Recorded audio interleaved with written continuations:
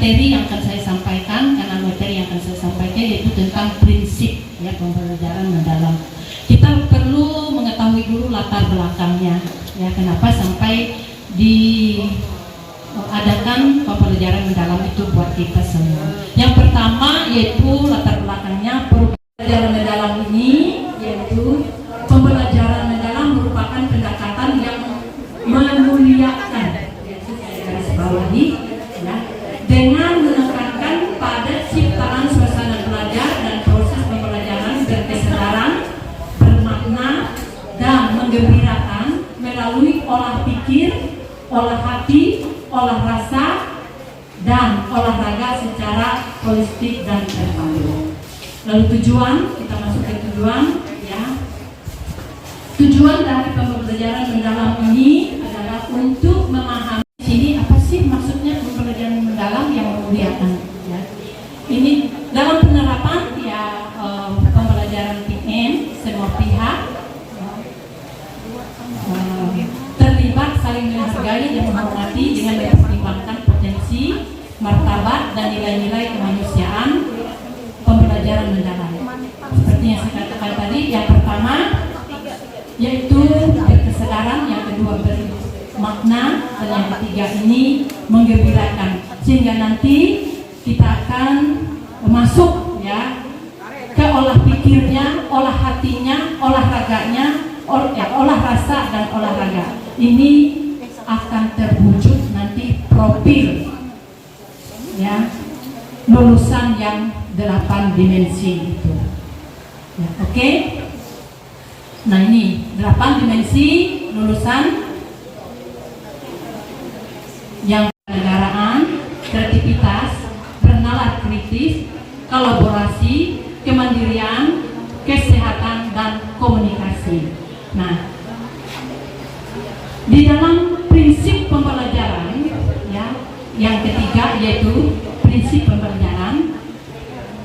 Prinsip pembelajaran ini merupakan dasar karakteristik pembelajaran mendalam, yaitu yang pertama berkesedaran, yang kedua bermakna, dan yang ketiga menggembirakan atau yang menyenangkan. Lanjut ya. Nah, yang ketiganya lagi yaitu pembelajaran pengalaman belajar. Pengalaman belajar sebagai proses yang dialami peserta didik sebagai panduan sistematik dalam menyusun, mendesain pembelajaran, yaitu praktik pedagogiknya ada di situ, kemitraan pembelajarannya, lingkungan pembelajaran, dan pemanfaatan digital yang kita pakai.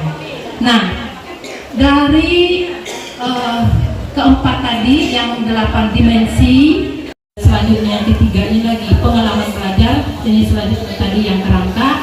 Pada kesempatan ini saya akan menjelaskan tentang prinsipnya, ya, prinsip pembelajarannya. Prinsip pembelajaran itu dalam pembelajaran mendalam, saya ambil IPAS. Ya, IPAS itu dengan materi kemerdekaan dan peristiwa di sekitarnya. Itu bisa masuk di bahasa Indonesia, bisa masuk juga di Pancasila, pendidikan Pancasila, dan bisa masuk juga di seni. Jadi seperti itu kondisinya. Lanjut. Ya.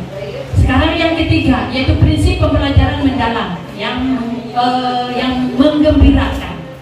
Jadi pembelajaran yang menggembirakan merupakan suasana belajar yang positif, ya, menantang dan menyenangkan dan memotivasi.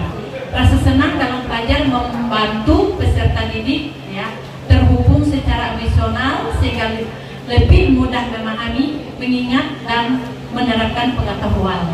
Ketika peserta didik menikmati proses belajar, motivasi instrik mereka akan tumbuh, mendorong rasa ingin tahu, kreativitas, dan keterlibatan yang aktif seperti yang sudah disampaikan oleh Bu Sri tadi.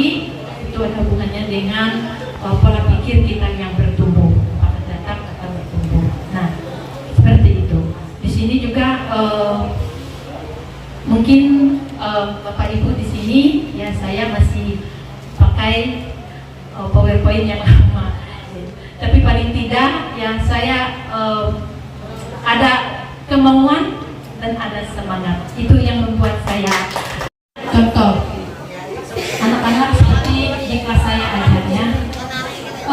sepertinya ada masih sebagian yang belum ada kesadarannya. Umpamanya kita sudah membuat piket jadwal pelajaran. Tahu-tahu ya di tas mereka itu saya cek buku yang dibawanya semua. Ya, berarti kan itu belum ada kesadarannya. Tetapi bagi yang sudah berkesadaran, ya ini contoh kecil aja. Dia tahu hari ini kita mata pelajaran matematik, bahasa Indonesia di sekolah kita masing-masing sudah kita laksanakan, lakukan ya pembelajaran yang berkesedaran, yang bermakna dan yang menyenangkan. Ini untuk refleksi buat kita semua dan bercakap saya katakan dengan kita semua itu selamat kita mencoba di sekolah kita masing-masing. Ya, oke, terima kasih. Sekian